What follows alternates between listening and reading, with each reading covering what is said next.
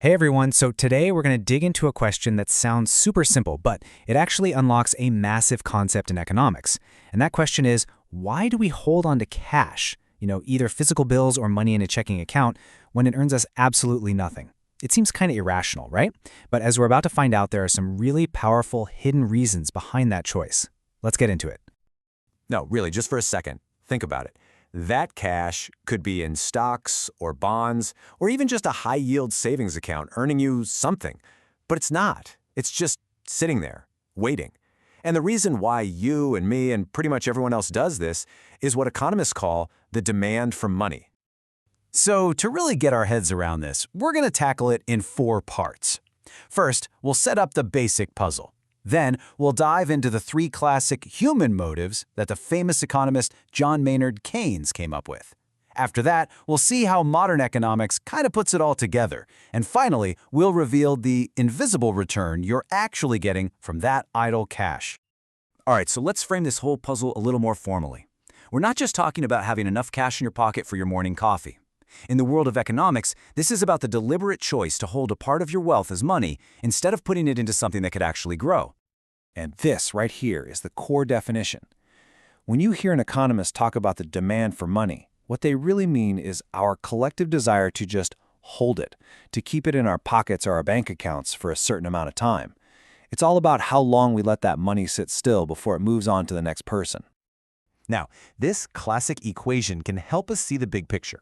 Don't worry about all the letters. Let's just focus on V. That's the velocity of money. Think of it like this. How many times does a single dollar get spent in a year?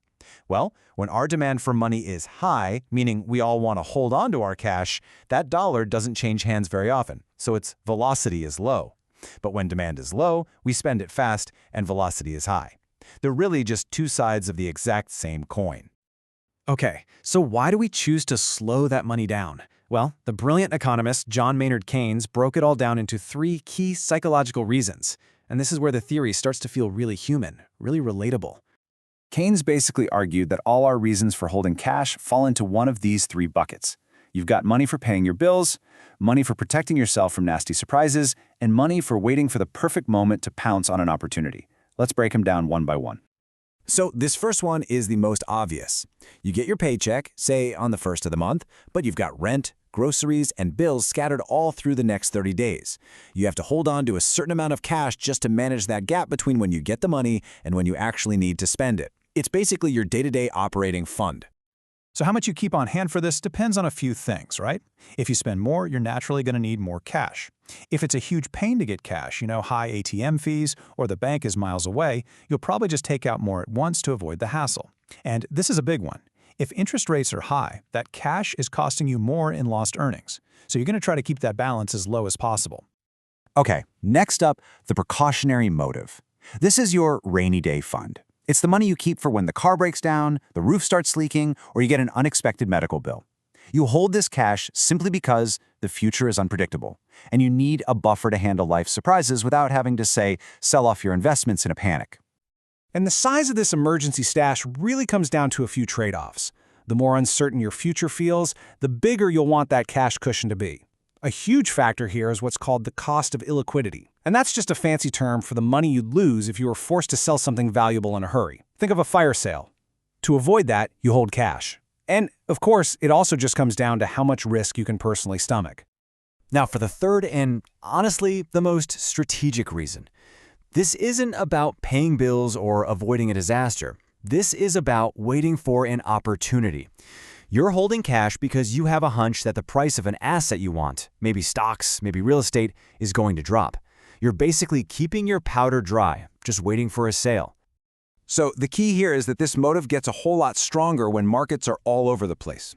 Big price swings mean more chances to buy low. It's also driven by that classic fear of missing out on a great deal. If you're the kind of person who just hates seeing a bargain pass you by, you'll probably have a higher speculative demand for cash. So Keynes's 3 motives are an amazing way to understand the psychology behind this. But later economists, like the Nobel Prize winner Milton Friedman, they tried to bring all of this under one big roof with a single unified theory. And the shift in thinking here is actually pretty profound. Instead of thinking about our money as being in 3 different mental buckets like Keynes suggested, Friedman said no, we should see it as one single portfolio decision, just like choosing any other kind of investment. Friedman's big idea was that deciding how much cash to hold isn't some separate problem. It's actually part of a much bigger calculation. The question becomes, given my total wealth, and given the potential returns on everything else I could possibly own, stocks, bonds, you name it, what's the best amount of money to keep liquid right this second? And this model brings in a much wider set of factors. It's not just about today's income, but our expected long-term earnings. It looks at the difference in returns across all assets, and it specifically includes what we think is going to happen with inflation. It's a much more comprehensive, bird's-eye view of the whole decision. Okay, so we've looked at the psychological motives and the unified economic theory, but that still leaves one huge question just hanging there. If all these other assets offer a real return, what in the world is money offering in return?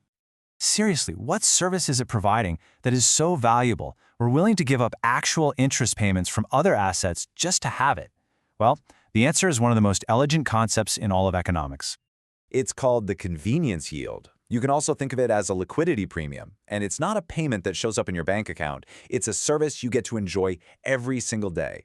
It is the incredible value of having an asset that can be used instantly, anywhere, for pretty much anything with a perfectly stable value. It is the value of pure, unadulterated flexibility. And this quote just nails it.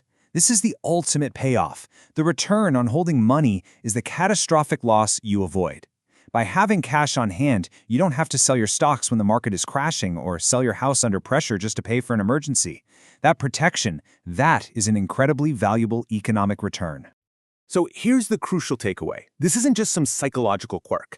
The value of this convenience, this absolute liquidity, is a real economic force. It is so powerful that it directly competes with the interest rates on bonds and the potential returns from stocks. It's this invisible force that really shapes our entire financial system. And that leaves us with one final thought to chew on. Every single time you choose to hold cash, you are, without even thinking about it, answering this question.